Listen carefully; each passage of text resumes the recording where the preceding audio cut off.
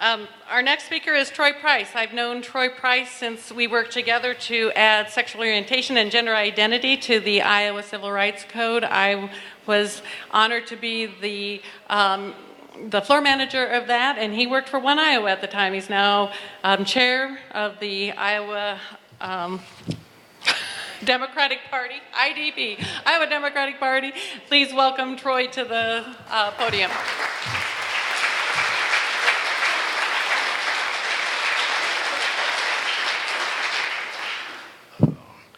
Good evening, Iowa Democrats. How's it going? Good. Good. I want to, first of all, please give Representative Wessel Kershell another hand. She's an outstanding MC tonight, but more importantly, she's an outstanding legislator. There's also a couple people here that I would like to acknowledge, a couple people who are my bosses who are in the room. First of all, Amanda Molaski is a representative on our State Central Committee, and she is a fantastic advocate. Please give her a round of applause.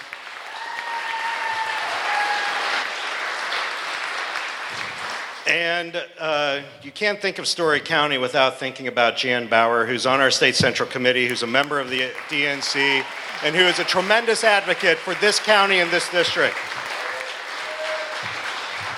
It is truly an honor to be up here tonight and to be in a room with so many great Democrats. You know, when I became chair about a year and a half ago now, folks said to me, why in the hell would you want that job? Because we had just come off one of the worst elections we have had. People said the Democratic Party could never win again. People said that we were dead as a party. Well, those folks clearly don't know Iowa Democrats, do they?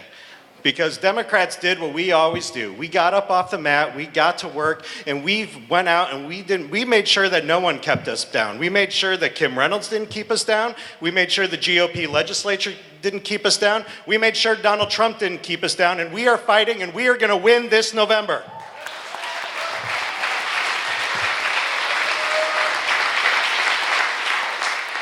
And listen, we know why we fight. I've been traveling a lot the last couple of weeks talking about many issues that impact our state. But over the this past week or so, I've been talking a lot about Medicaid privatization. And as long as I've been in this job, and even before that, everywhere I go, I heard about people who were coming up with these heartbreaking stories.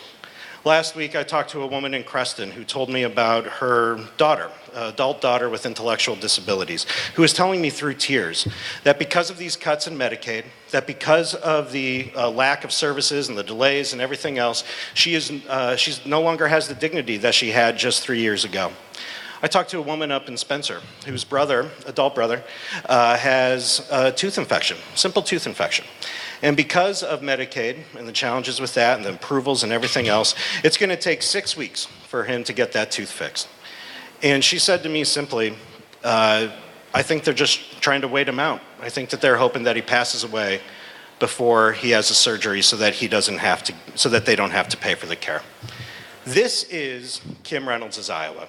This is Steve King's Iowa. This is the Iowa of the GOP, but it's not going to be that way for much longer because we are going to go out there, we're going to fight as hard as we can, we're going to make sure that we flip the House, that we flip the Senate, that we elect Fred Hubble and Rita Hart, that we make sure that we dethrone the King and send J.D. Schulten to Congress. We're going to turn this state blue, and it's going to be because of all of you.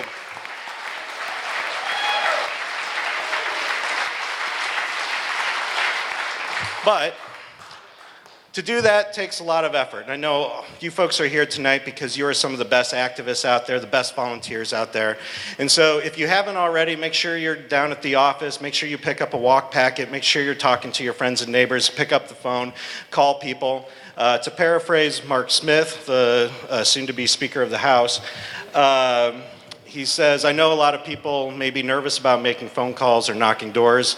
Well, get over it, because we have to go out there and we have to do everything we can. But the other thing we have to do as well is make sure that we have the resources to pay for those offices, to pay those workers, to make sure that we can get the voter guides out there, to make sure that we can build that infrastructure that will carry us to victory not only this year, but also into victories for many years to come. So folks are coming around right now. Make sure to dig deep. but it's time to pass the hat, or in this case, pass the pitcher. But make sure to dig deep. And I know there's a lot of hands out there. I'm sure your folks are getting calls every day from people asking you for money. The reason why we do it is because we need to make sure that we win this fall. And so if you've dug deep, dig a little bit deeper, and make sure, give till it hurts, because this year we are going to show the world that Iowa is in fact a blue state, that Iowa is in fact a progressive state, and that we're going to elect leaders up and down this ticket that are going to be able to elect strong progressive policies for people all across this state and show the world what Iowa Democrats can do. So thank you all so much. Keep up the great work here in Story County, and I look forward to having a spiritus beverage in celebration on election night with all of you folks. So thank you all so much.